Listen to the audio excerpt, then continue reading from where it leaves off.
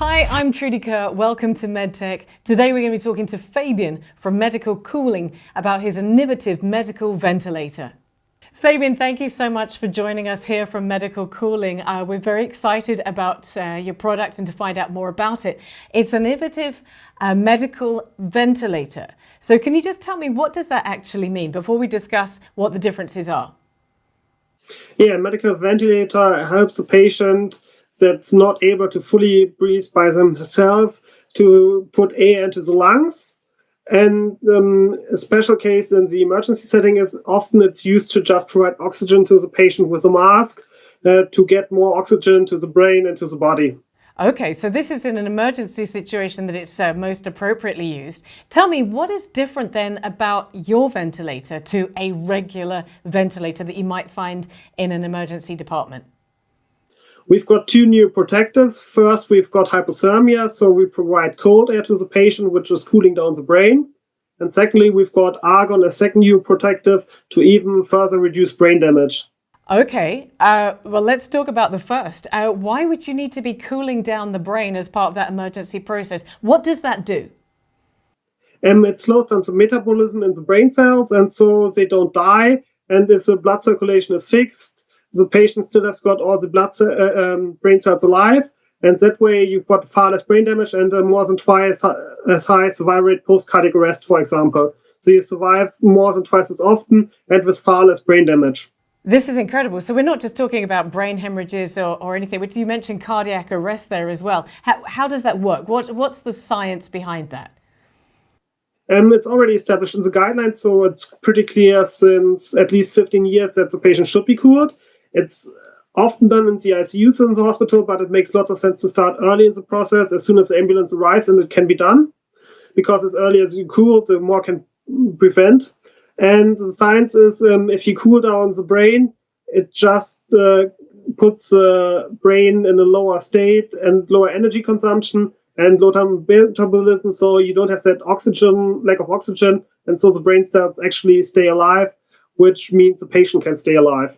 I mean, this sounds incredible. What you're talking about, for in layman's talk, in my language, is just slowing everything down by cooling everything down. Like in a fridge. Brilliant. So everything in the fridge. That's amazing. That's absolutely incredible. And as you mentioned as well, you're talking about taking this ventilator to the scene of an accident or a scene of an incident. How vital are those first few minutes? We guess most studies say NNT is 6, so 1 in 6 survive extra with cardiac arrest. So this would be this increase of the survival rate by 146%. This is amazing. Okay, well, we're going to talk about that in just a second, but coming back to, you mentioned Argon just a minute ago. What is Argon and how does that play into this innovation that you've created? There are lots of studies by third-party teams that showed that Argon is a new protective as good as xenon, and Argon is affordable. Xenon is really expensive. It's a couple of €1,000 per patient, but Argon is affordable. It's just €1 or €2 per patient, so you can further reduce the brain damage a lot because it has some new protective features.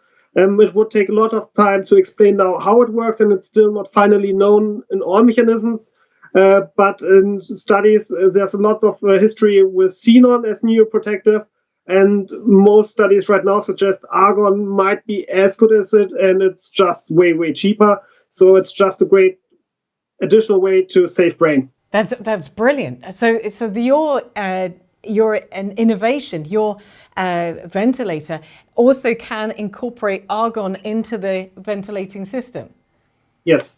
You just mix steam with liquid air to cool it down and with Argon to have a second new protective to give the perfect mix to the patient.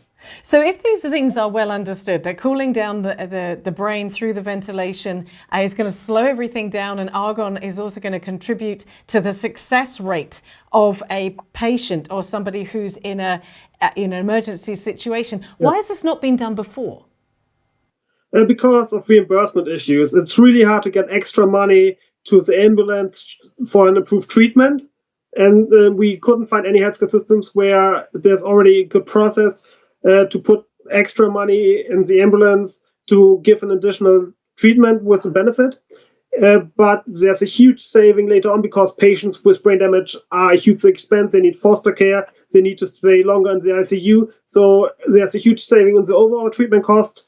But this budget cannot be shifted right now to the ambulances. And this is basically the main challenge we face.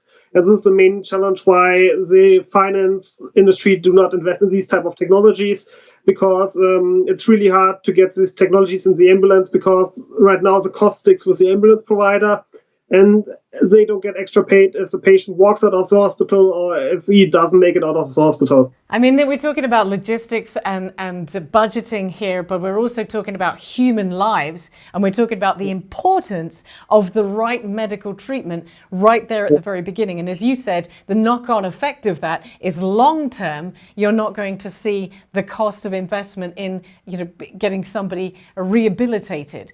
So where are you at with this product right now, and where would you like to take this product? We did trials in pigs where we could also show reduction in stroke size in pigs.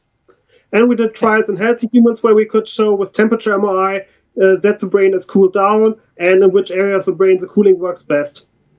And so where do you want to see this product going? You mentioned ambulances. I'm guessing you would want to see this in every single ambulance, particularly if it's so significant to people's recovery or well-being at the scene of an accident. Yeah, absolutely. This is what we're working on. This is where we try to find solutions with politicians to finance it for the ambulance providers. And right now, this is where we need to create the next budgets to be available to do it, because it's an expensive process. Lobbyism is really expensive. Product development in medtech is really expensive. Certification is expensive. So right now, we're basically hunting the budget, and we estimate that we need 3 million and 22 months until we make it to have the first device in the ambulance. Oh, wow, 22 months we're talking about. That's not that far away. Yeah, but 3 million is hard to raise, and this is where we spend most time right now. You also mentioned when we spoke before about statistics, how many lives could this potentially save? In the US, for example, 186 lives just from the cardiac arrest patients each day. In Germany, 45 lives a day of cardiac arrest patients. And on top, you've got the stroke, TBI patients and further indications. So only cardiac arrest patients is up to 2,000 patients a day. And plus stroke, plus TBI, we think if we make it globally in the first and second world countries, it's around 3,000 to 5,000 people each day we could save. Fabian from Medicooling, thank you so much for joining us today and explaining about your product. Thank you for being here with MedTech. We're wishing you all the very best. You're saying if everything goes well, we should start seeing this in around 22 months. Yes. Right now, we're still looking for healthcare systems that are willing to pay 150 euros for this treatment, around 900 euros per human life. So if you know one, please contact us. That's great. Fabian, thank you so much. Thank you.